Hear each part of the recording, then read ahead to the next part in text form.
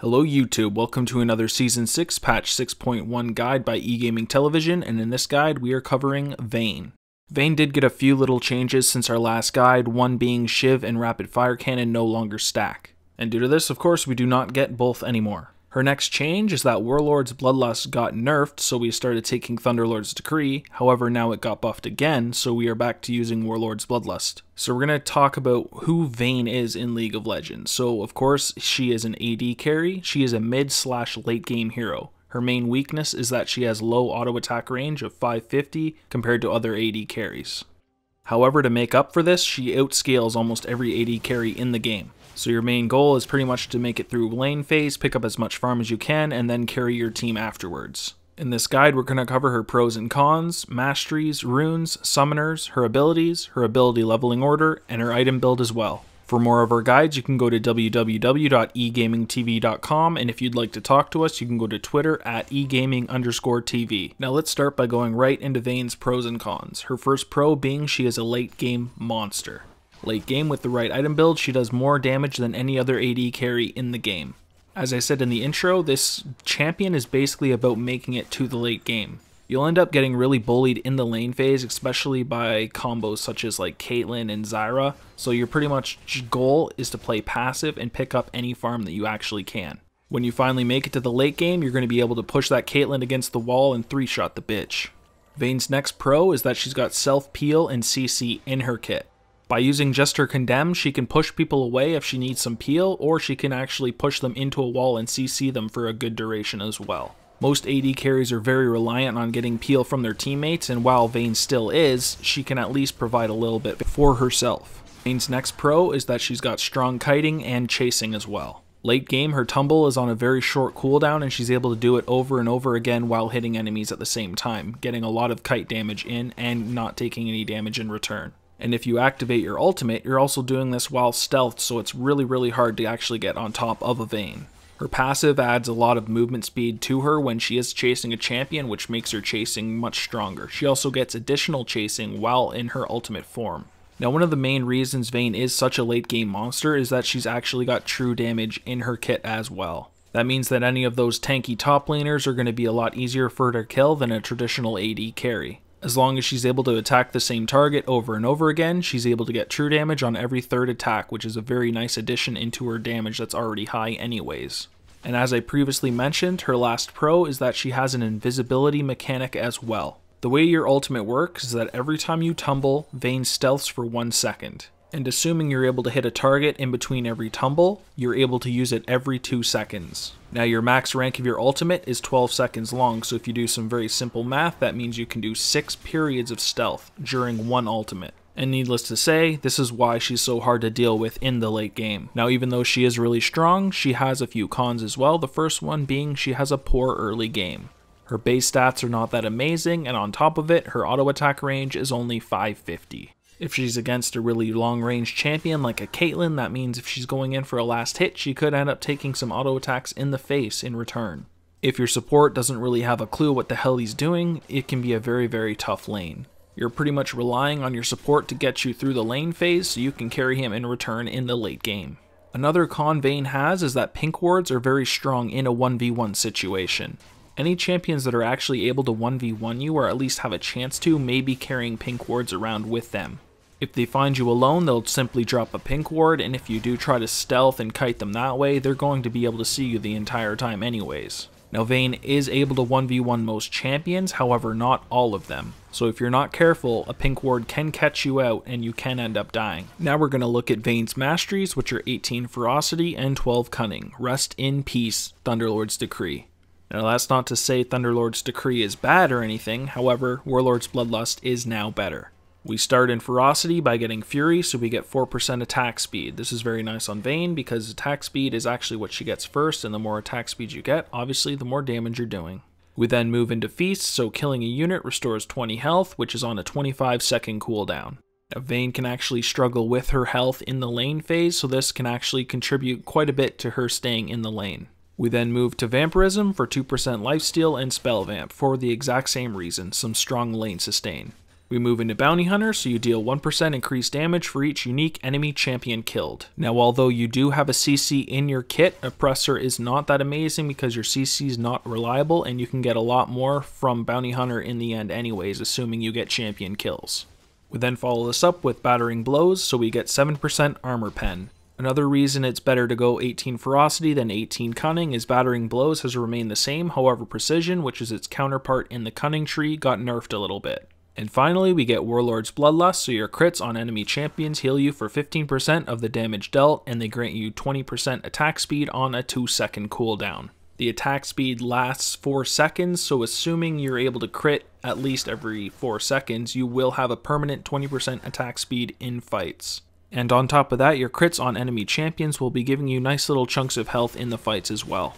We then move into Cunning, first grabbing Savagery, so your single target attacks and spells deal 5 bonus damage to minions and monsters, and this is just so you can last hit a little bit easier. We then get Secret Stash, so your potions and elixirs last 10% longer, and your health pots become biscuits. We follow this up with Merciless, so you deal 5% more damage to champions below 40% health. And for our last mastery, we get Dangerous Game, so champion kills and assists restore 5% of your missing health and mana. Now this is actually one of the best masteries in the game in my opinion because it can save your life many times. I'm sure you've all been in a 1v1 situation where you kill a champion and then later die to his ignite. This mastery can single-handedly stop that from happening. It won't always, depending on how much life you ended with, but it can push you over the edge where you do not die to the ignite, which is a very nice mastery to have. Now we jump into the runes for Vayne, which are 9 greater marks of attack damage, 9 greater glyphs of magic resist, 9 greater seals of armor, and 3 greater quintessences of attack speed. Now these are the very traditional AD carry runes this patch. There's not a whole lot to say about them. Taking these runes, we do get as much damage as possible, while also getting as tanky as possible as well. Of course, the armor is going to be good against your rival AD carry, and the magic resist is going to be good against the enemy support. The attack speed quints are especially good on Vayne, considering we're trying to get 3 attacks in with every trade we're doing, so we get our silver bolts proc. The summoners we take for Vayne are also the traditional summers for an AD carry. You take Flash because it's used for chasing, escaping, repositioning, and many more things as well. Heal gives you both health and movement speed, which gives it more than one use. It can be used for escaping and kiting, as well as to heal yourself or save a teammate. You can also do things such as baiting a tower dive, so when they dive you, you simply heal, push them against the wall, and get a free kill. Now we move on to each of Vayne's abilities, starting with her passive, which is called Night Hunter. Vayne gains 30 movement speed when moving towards a nearby visible enemy champion, and for Final Hour, Night Hunter's bonus movement speed is tripled to 90. Final Hour, of course, is the name of your ultimate, so when you are in ultimate form, you're moving very fast when chasing champions. The 30 movement speed you get is alright, you know, it's good for chasing champions and stuff, but it's not game breaking or anything. When you're in Final Hour, however, for that 12 seconds at late game, 90 movement speed is quite a big deal. During that duration, pretty much nobody's getting away unless they flash over a wall or something. Now we move on to Vayne's Q, which is called Tumble, and this can really set apart a good Vayne from an average Vayne.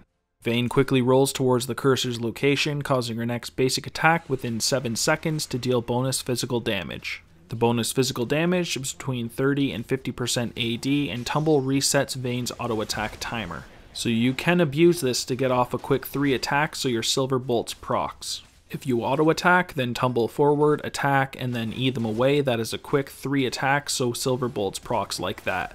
When in Final Hour, Tumble stealths Vayne for 1 second on the cast. The range is 300, the cost is 30 mana, and the cooldown starts at 6 seconds and goes down 1 second each rank, ending up at 2 seconds. Now you need to keep in mind that you do need to basic attack for the cooldown to go off. It is your next basic attack within 7 seconds doing bonus damage, so if you're not attacking, then the cooldown actually feels a lot longer. A really good Vayne is going to be able to use Tumble effectively, so he's not able to get hit by many skill shots. You're also going to be able to stealth over and over again when you are in Final Hour, so people have a harder time finding you, so they can actually kill you. Now we look at Vayne's W, which is called Silver Bolts, and it is a passive.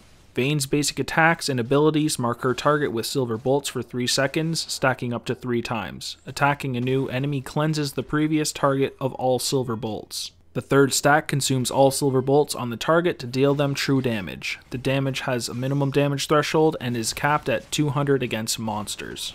The true damage is between 6 and 12% of the target's maximum health. This means Vayne can actually deal with incredibly overpowered top laners with high health such as Mundo. You need to keep in mind, however, that switching targets is not a good thing in teamfights because it's going to cleanse all of your silver bolts. You need to attack one target over and over again to get maximum damage. Since Vayne is a short-range hero and she doesn't really want to go near anybody at all, she usually ends up attacking the front target. This isn't really a problem, however, because she does do such high damage that she can delete any target in front of her anyways. Since we do go for a very high attack speed build, you get a lot of silver bolts off in a short duration. And as this is true damage, it is not stopped by the armor or magic resist of your opponent.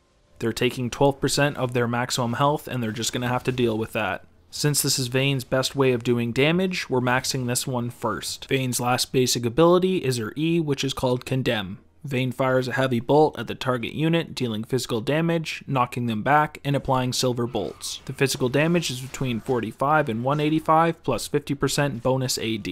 If the target is knocked into a wall, they take the same damage again and are stunned for 1.5 seconds. So note that this will be that base damage doubled and 100% bonus AD if they do hit the wall. The range is 550, the cost is 90 mana, and the cooldown goes from 20 to 12 seconds at max rank. This is a very strong ability for an AD carry to have. Like I said in the pros and cons section, this is the reason she's able to peel a little bit for herself. If she's also laning with something like an Alistair, he can push them into a wall, stun them, and Vayne can follow up by stunning them into the wall again. Combos like this can be very, very deadly in the bot lane with a Vayne. Look for opportunities in the bot lane to stun your opponent and try to get a bunch of damage in when you can. Since your lane phase is rather weak, try to get the damage and kills in whenever you have the opportunity to. Vayne's last ability is her ultimate, which is called Final Hour. Vayne temporarily gains bonus attack damage, empowering Night Hunter and Tumble for the duration. Now, even though I showed what each of the empowered ones do on their respective pages, I have listed them here so we can see them in one page. So Final Hour, the Tumble stealths Vayne for 1 second on cast, and the Night Hunter's version is the bonus movement speed is tripled to 90. So the first one makes her harder to kill because she's able to stealth over and over again and she's very hard to catch. The bonus movement speed from Night Hunter is very nice for chasing down opponents that are trying to flee after a team fight. 90 movement speed is actually a ton of movement speed and it's very hard to run away when you have a Vayne running at you that fast. If she hasn't used her Blade of the Ruined King yet, as long as she can get close enough to you and then use that, you're screwed. The duration of the ability starts at 8 seconds and goes to 12 seconds at max rank, and the bonus AD starts at 30 and goes to 70 at max rank. The cost is 80 mana, and the cooldown goes from 100 to 85 to 70. Even if you're not having to use it for the empowered versions of the abilities, gaining 70 AD is a really nice thing. In a team fight, this is like casually picking up a BF sword and a half.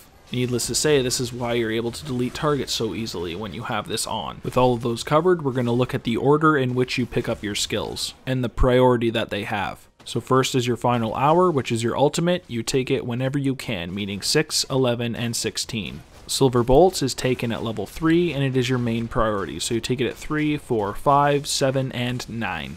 Next is your Tumble. You take it at level 1, so you're able to dodge all those skill shots, and it is second in priority, so you take it at 1, 8, 10, 12, and 13. Last is your Condemn, which is your E. You take it at level 2, and it is last in priority, so you take it at 2, 14, 15, 17, and 18. Only 1 point is needed early on, so you are able to CC your target. The duration of the CC does not go up with level, only the damage. We now arrive at the item build portion, which of course starts with a Doran's Blade and Health Potion. This has been the start forever as AD carries and has not changed.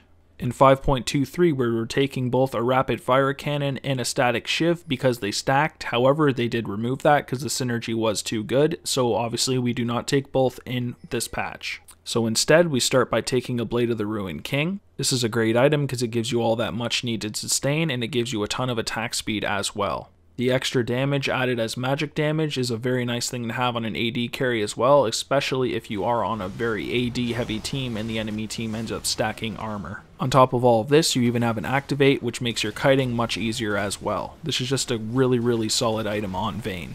We follow this up with our Berserker Greaves, so we have more movement speed and attack speed as well. We then move into a rapid fire cannon for all of the crit, attack speed, and movement speed as well. The little energized attack thing we get from this item is very nice as well. It adds a bunch of attack damage. Once you have these 3 items is where Vayne starts getting very strong. With these items in combination, we have a ton of movement speed, attack speed, and critical strike even as well. And if that wasn't enough, we're even doing portions of magic damage with our Blade of the Ruined King on top of it. And the best part, from here, we just get stronger and stronger. We then move right into an Infinity Edge, so we get a bunch of crit, increased crit damage, and attack damage as well. We follow it up with Lord Dominic's Regards, so we get 45% armor pen. It's worth noting that this item did have 40% before, but it is now 45%, so it's an even better item to pick up. For our last item, we end up picking up a Mercurial Scimitar, so we're able to get rid of any CC that does land on us. If you were against a team that doesn't have any CC at all, which is very, very, very rare, then obviously we would not pick up this item and we would get an alternative instead. One alternative would be a Phantom Dancer if we wanted all of that attack speed, movement speed, and critical strike as well. A Ghost Blade is an okay item as well. It gives us a bit of armor penetration, some cooldown reduction, and some attack damage as well. And if we wanted a more defensive option, we could pick up a Banshee's Veil so we're able to block some spells. That pretty much covers it for our Vayne guide. Please remember you can go to www.egamingtv.com if you do wish to find other guides on champions.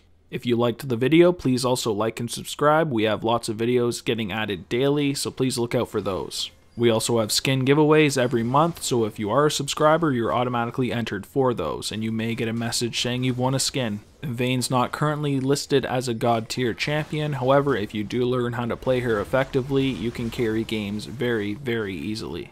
And this gets even better if you are duoing with a friend that's actually a really good support. You may get frustrated in the laning phase, but just remember, the later the game goes, the stronger you get, and soon you're going to be able to 3-shot those people that have been pissing you off in the bot lane the whole game. I'd like to thank you guys for watching, and I hope to see you guys in some other guides.